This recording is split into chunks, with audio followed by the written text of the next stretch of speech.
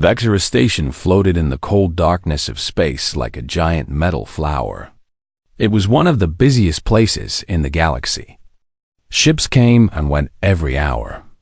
Traders sold strange goods from distant worlds. Travelers stopped to rest before continuing their long journeys. The station was home to thousands of aliens from hundreds of different species, all living and working together under the same artificial sky dot in the lower levels of the station, where the lights were dim and the corridors were narrow. A young Valori named Keth was making his way to work. He moved slowly, dragging his left leg behind him with each painful step. The leg had been twisted since birth, bent at an angle that made walking difficult. On his home world, such a defect was considered a curse. His own parents had left him at an orphanage when he was just a baby, too ashamed to raise a child who was not perfect. Keth had learned to survive on his own. He was smart, much smarter than most people realized. He had a gift for languages. While other children played games, Keth had spent his childhood listening and learning. By the time he was 15, he could speak 12 different languages. Now, at 23, he knew more than 40. He worked as a translator, helping merchants and travelers communicate with each other. It was honest work, and it paid enough to keep him fed and sheltered. Today was supposed to be a normal day. Keth had a job waiting for him at the lower docks. A group of miners needed someone to translate their negotiations with a fuel supplier.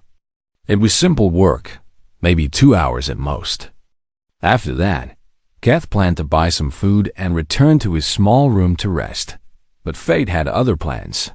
Keth turned a corner and found his path blocked by 3 large figures. They were Tornuk, a species known for their massive size and bad tempers. Their skin was covered in thick green scales, and their yellow eyes glowed in the dim light. The largest of them stood almost 3 meters tall, with a long scar running down the side of his face. The scarred Tornuk grinned, showing rows of sharp teeth.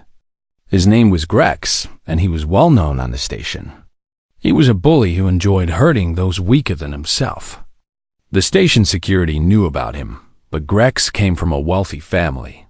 His father owned several mining operations in the sector. Money bought protection, even here. Well, Grex said, his voice deep and rough. Look what we have here. A broken little Valori, all alone. Keth felt his heart begin to race. He tried to step around the Tornuk, but one of them moved to block him. There was nowhere to go. Please, Keth said quietly. I do not want any trouble. I am just going to work. Grex laughed. The sound echoed through the empty corridor like thunder. Going to work? What kind of work can a cripple do? I am a translator, Keth replied, trying to keep his voice steady. I speak many languages. I help people communicate. A translator, Grex repeated, as if the word tasted bad in his mouth. He reached out and grabbed a small device hanging from Keth's belt. It was a translation unit, a tool that helped Keth with particularly difficult languages. More importantly, it contained all of his work contacts and saved files. It was the most valuable thing he owned. Give that back, Keth said, reaching for the device. Please, I need it for my work. Grex held the device up high, far beyond Keth's reach. You need it? Then come and get it, cripple. Jump for it. The other 2 Tornuk laughed. Keth felt tears of frustration building in his eyes, but he refused to let them fall. He would not give these monsters the satisfaction. I cannot jump, Keth said softly. You know I cannot. Please, just give it back. For a moment, something flickered in Grex's eyes. It might have been guilt or perhaps just boredom. Then his expression hardened, and he threw the device on the ground. His massive foot came down on it with a horrible crunching sound. Sparks flew, and the device shattered into a dozen pieces. Keth stared at the broken remains of his livelihood. Years of work, destroyed in an instant. Without the device, he could not contact his clients. He could not access his saved translations. He would have to start over from nothing. Why?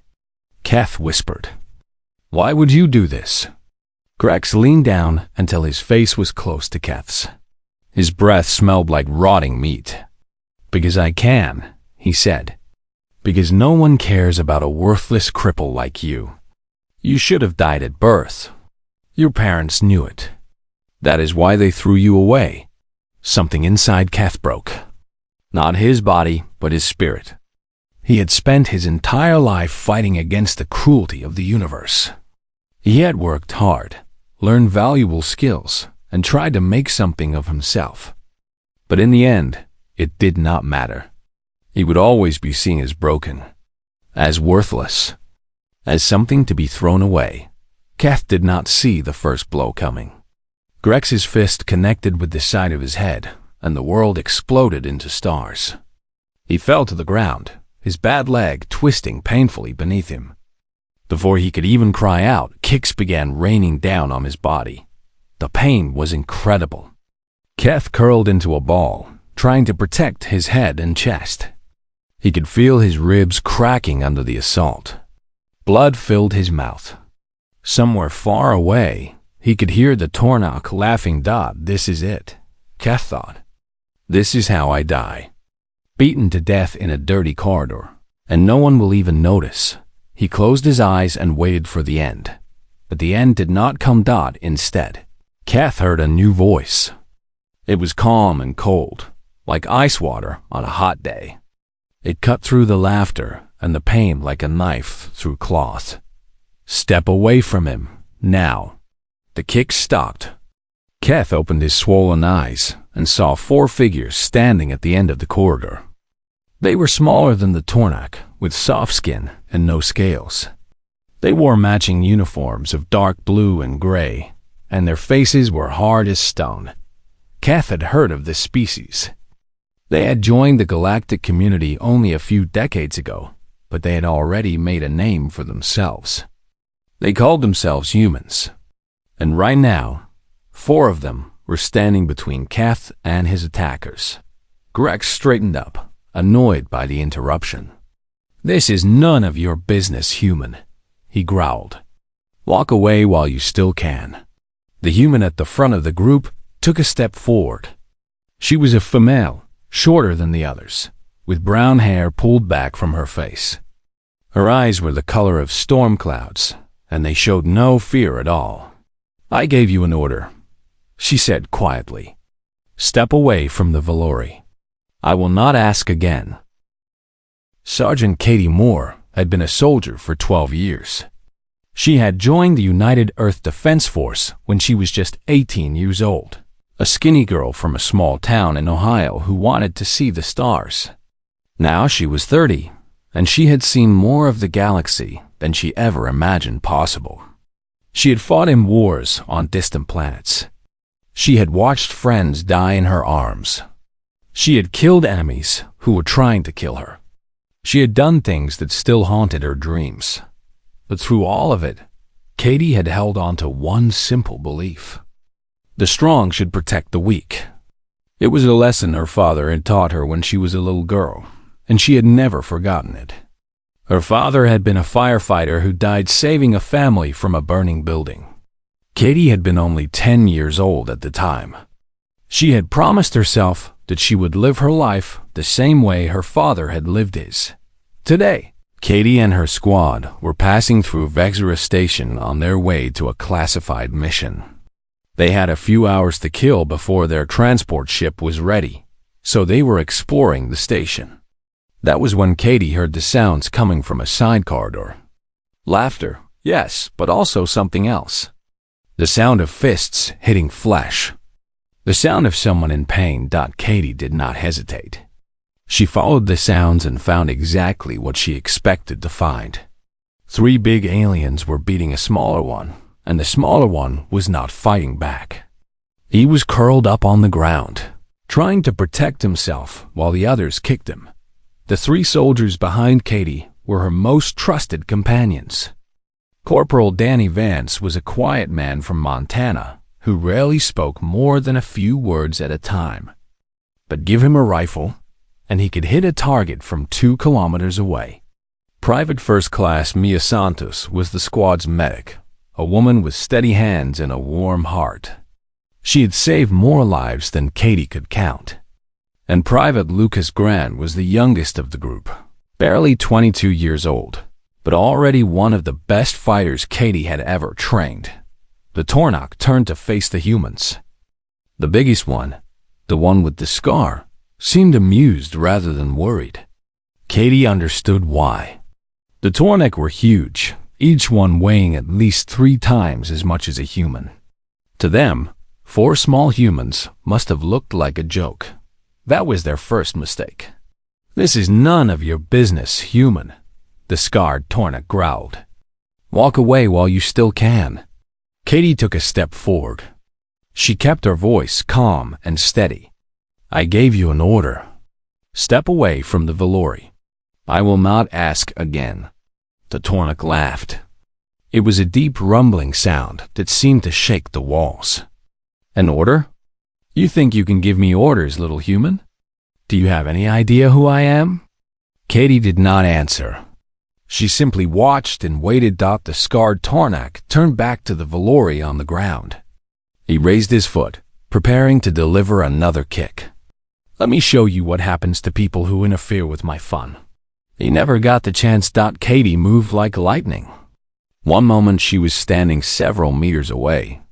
The next moment she was right in front of the Tornaq, her fist driving upward into the soft flesh beneath his jaw. The blow was perfectly placed, hitting a bundle of nerves that existed in almost every species.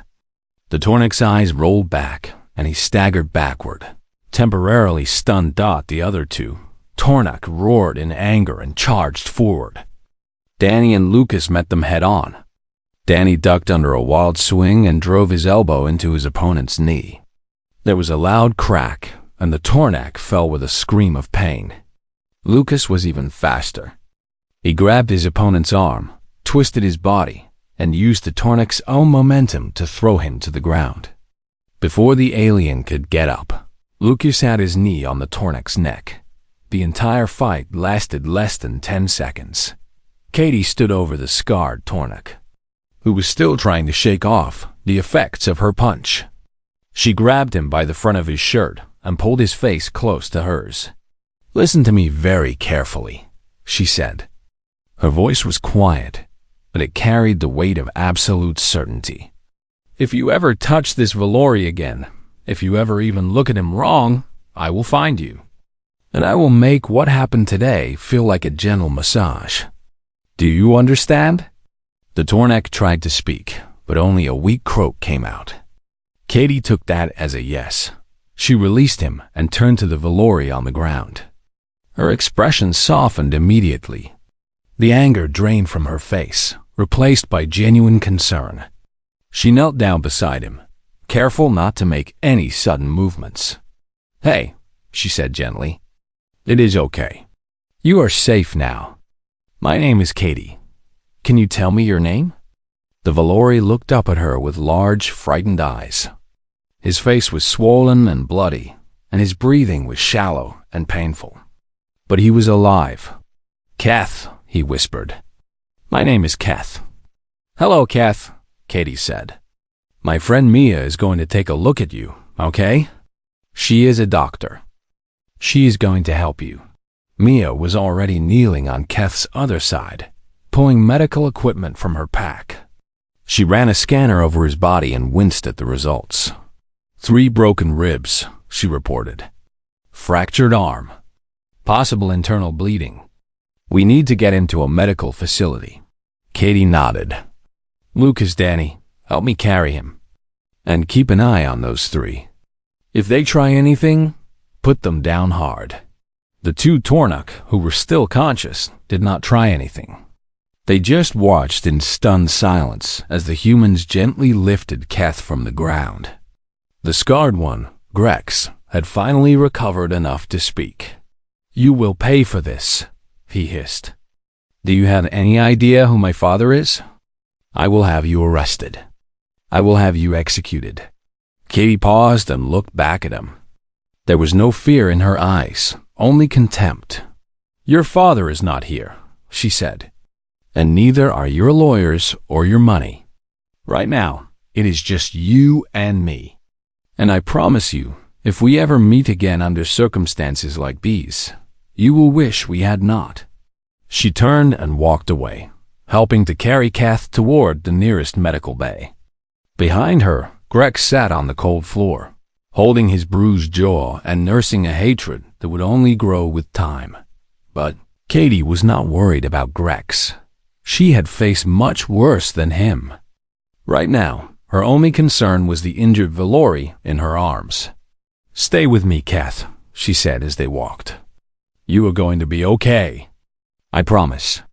Kath looked up at her with wonder in his eyes. In his entire life, no one had ever protected him before. No one had ever stood up for him. He did not know who this human was or why she had helped him. But in that moment, he felt something he had not felt in a very long time. He felt hope. The medical bay on Vector Station was a busy place. Doctors and nurses from a dozen different species rushed from bed to bed, treating injuries and illnesses of every kind. The air smelled of medicine and cleaning chemicals. Machines beeped and hummed, monitoring the health of patients who could not monitor themselves.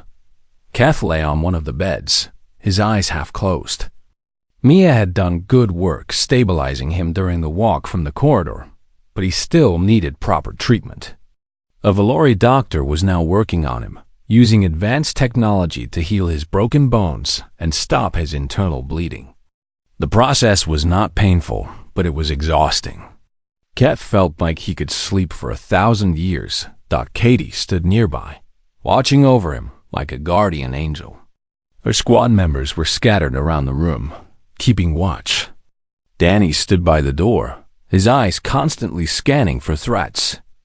Lucas sat in a chair near Kath's bed, ready to jump into action at a moment's notice. Mia was helping the Valori doctor, offering her own medical knowledge, whenever it might be useful. The calm did not last long. The doors to the medical bay slid open, and a squad of station security officers marched in. They were led by a tall Valori woman with silver hair and cold eyes. Her uniform was covered in medals and ribbons, marking her as someone of high rank. Her name was Commanding Inspector Lyris, and she was in charge of all security operations on Vexor Station.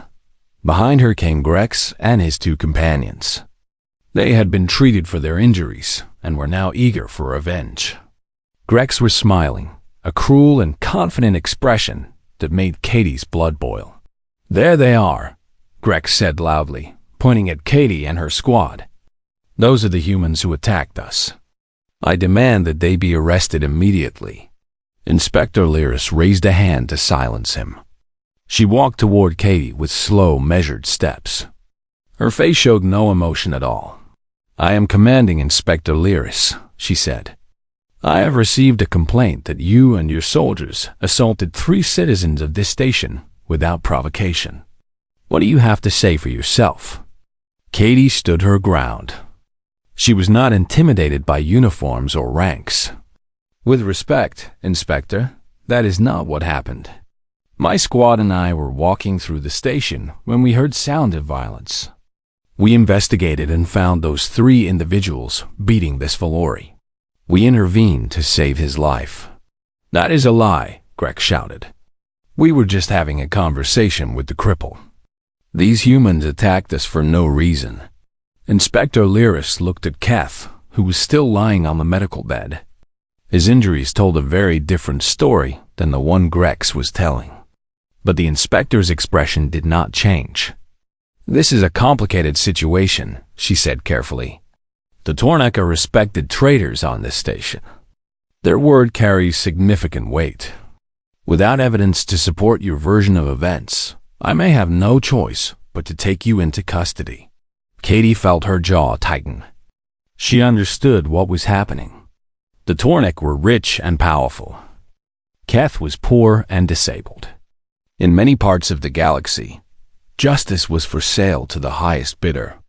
It seemed that Vexera Station was no different, but Katie had not survived 12 years as a soldier by being unprepared. "You want evidence?" she said. "I have evidence." She reached into her pocket and pulled out a small device. With a few taps, a holographic screen appeared in the air. On the screen was a video recording.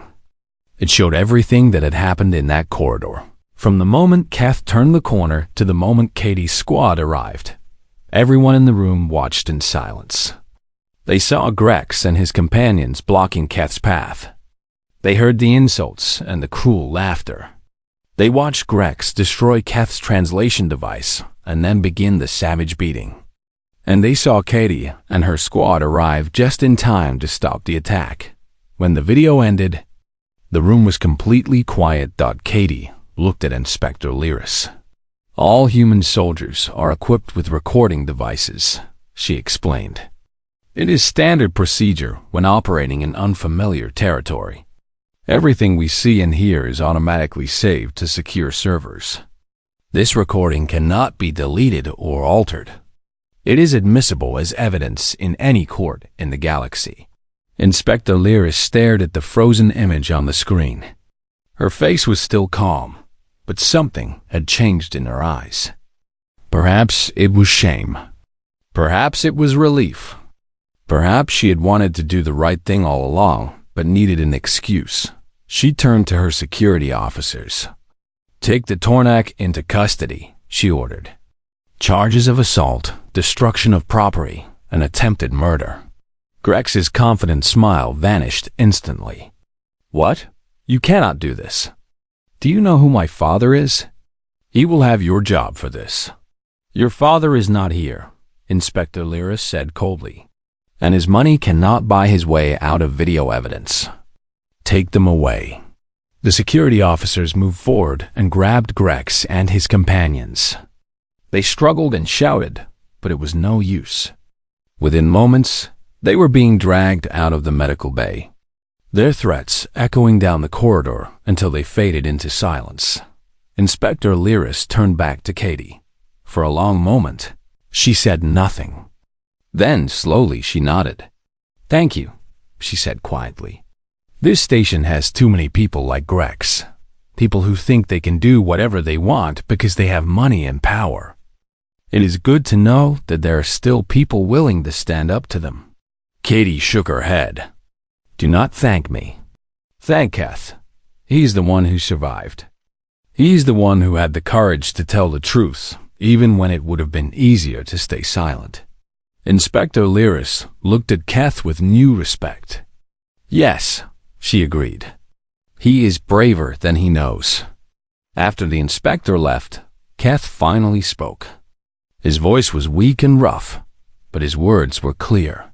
"I do not understand," he said. "Why did you help me? You did not know me.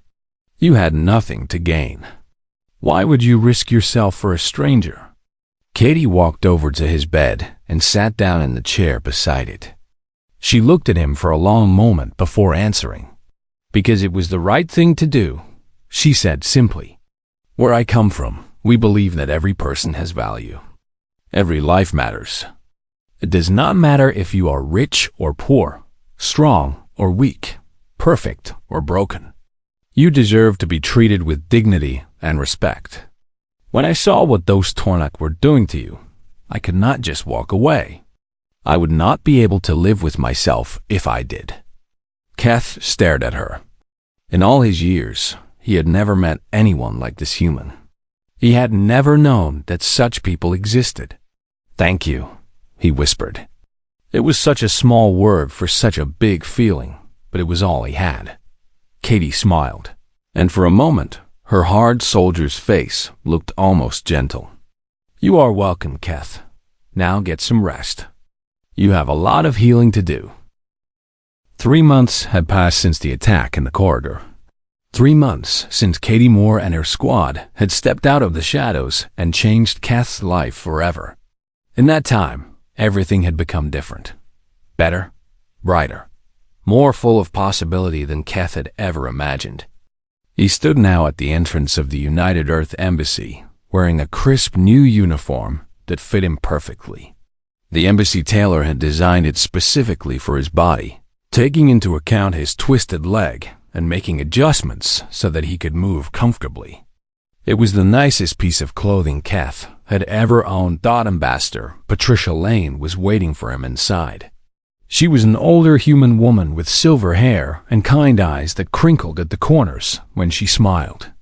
She had been the one to approve Kath's hiring, and she had personally welcomed him to the team on his first day of work.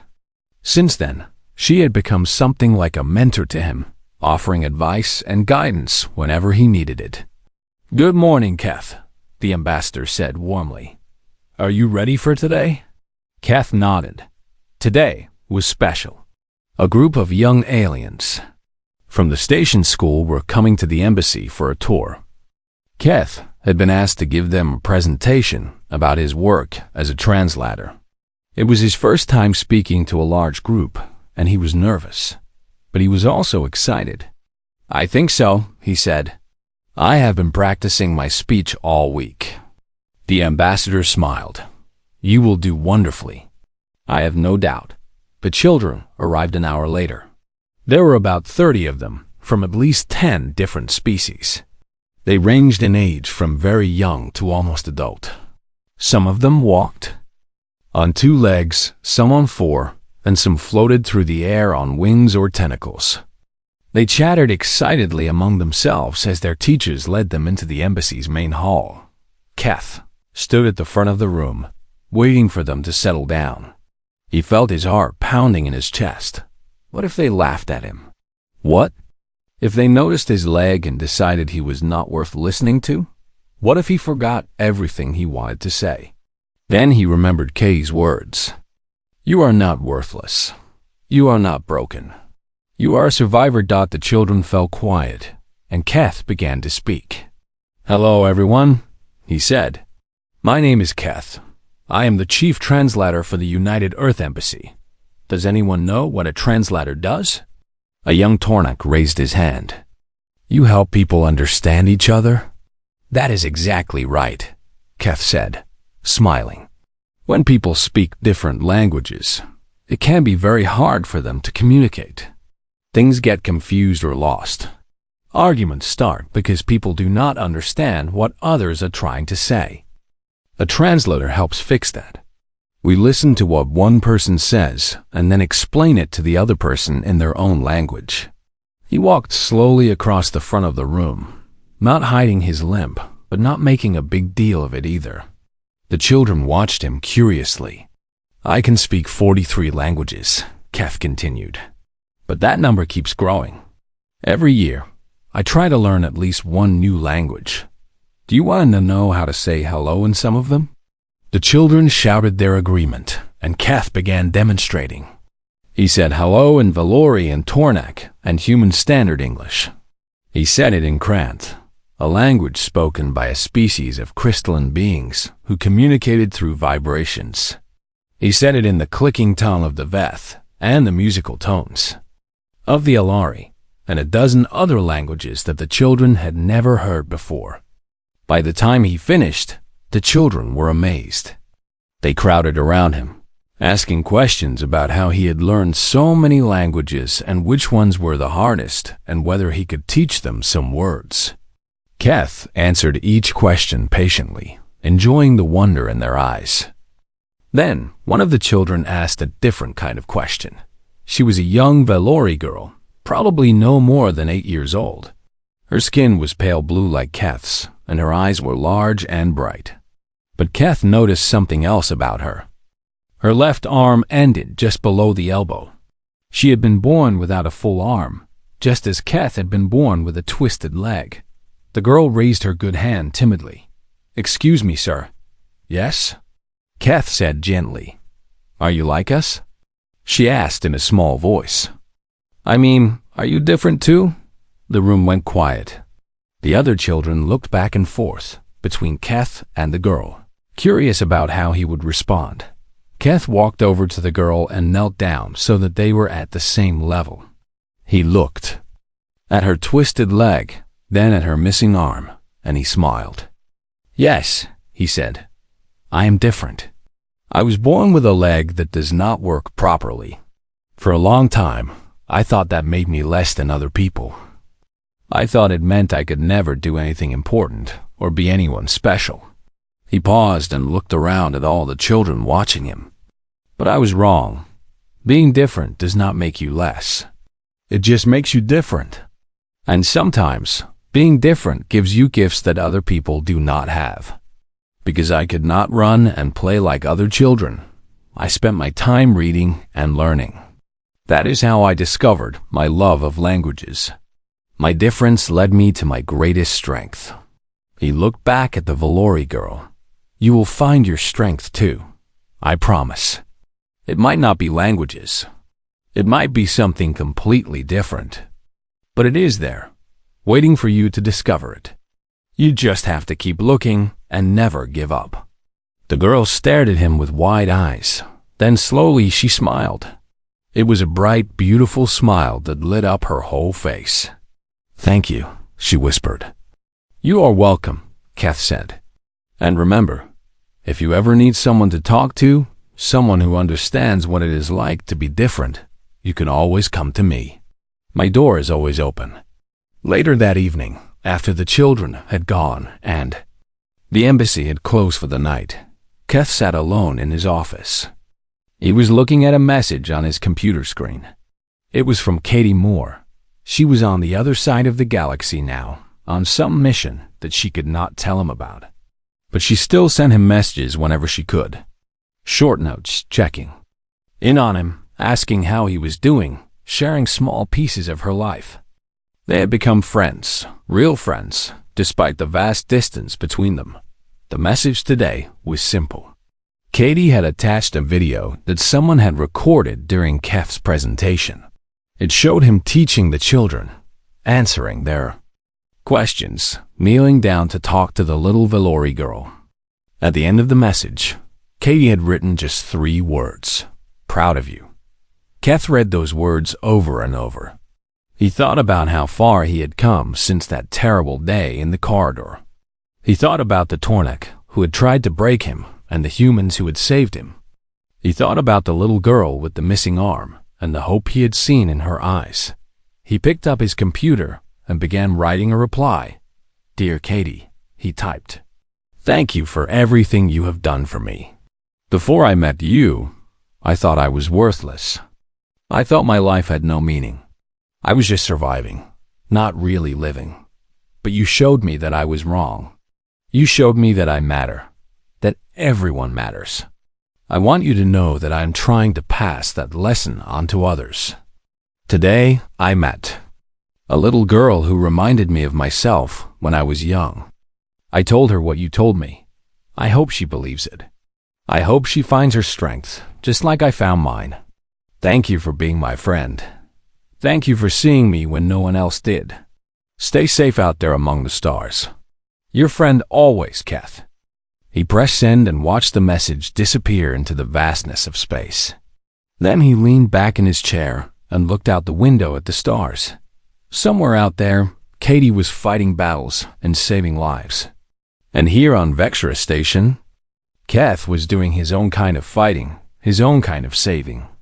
Every child he inspired, every person he helped communicate, every life he touched was a small victory against the cruelty and indifference of the universe. He was no longer just surviving. He was living. And for the first time in his life, Keth was truly happy. The stars twinkled in the darkness, vast and mysterious and full of possibility.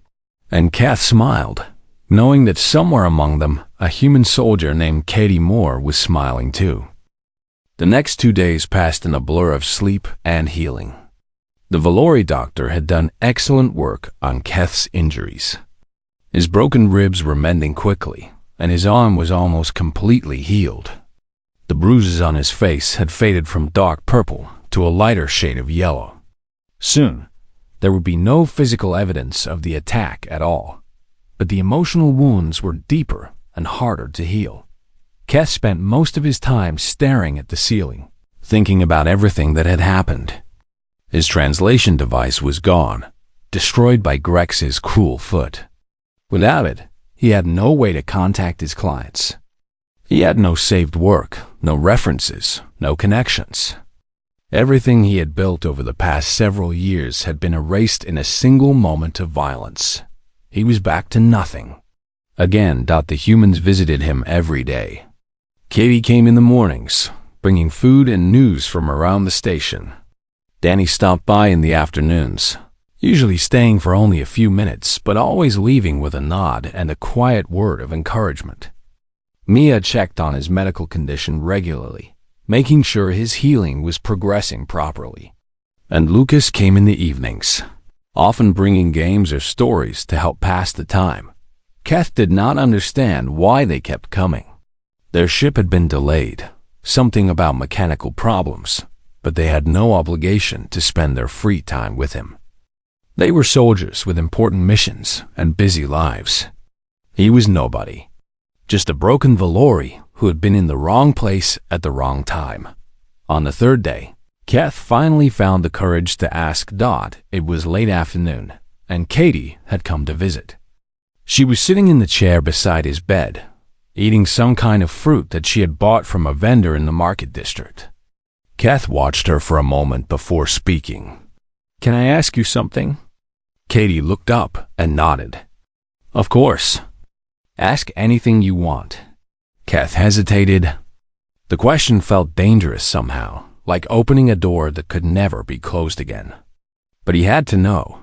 "Why do you keep coming here? Why do any of you keep coming here? Your ship will be fixed soon. You will leave, and you will never see me again. Why waste your time on someone like me?"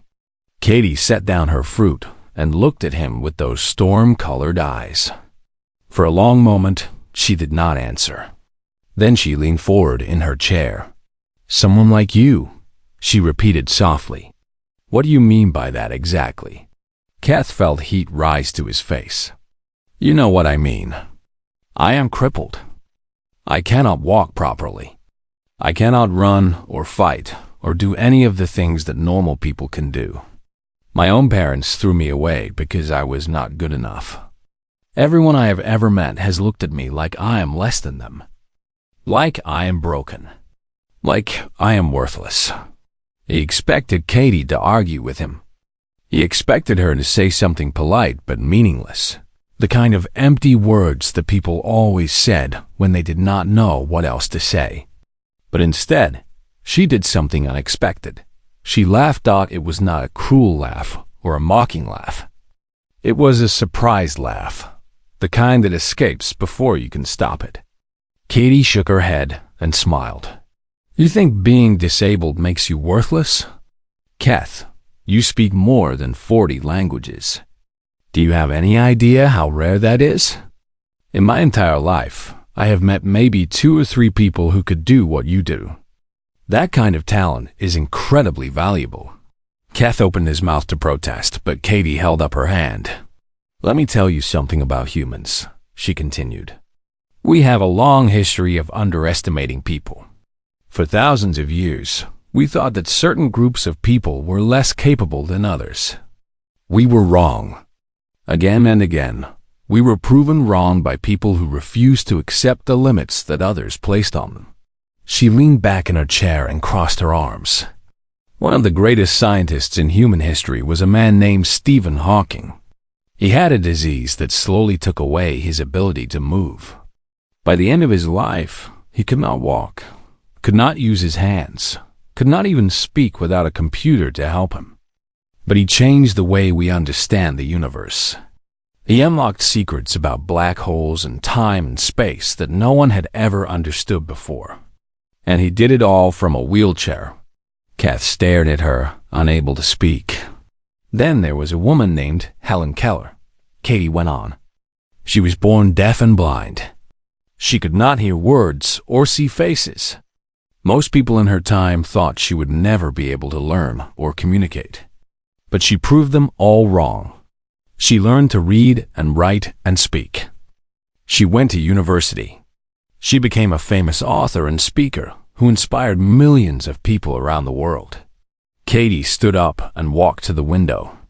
She looked out at the stars for a moment before turning back to Kath. My point is this. Being disabled does not make you broken. It just means you have to find different ways to do things. And from what I have seen, you have already done that. You cannot walk easily, so you developed your mind instead. You learned languages that most people could never master. You built a career and supported yourself in a galaxy that was designed for people very different from you.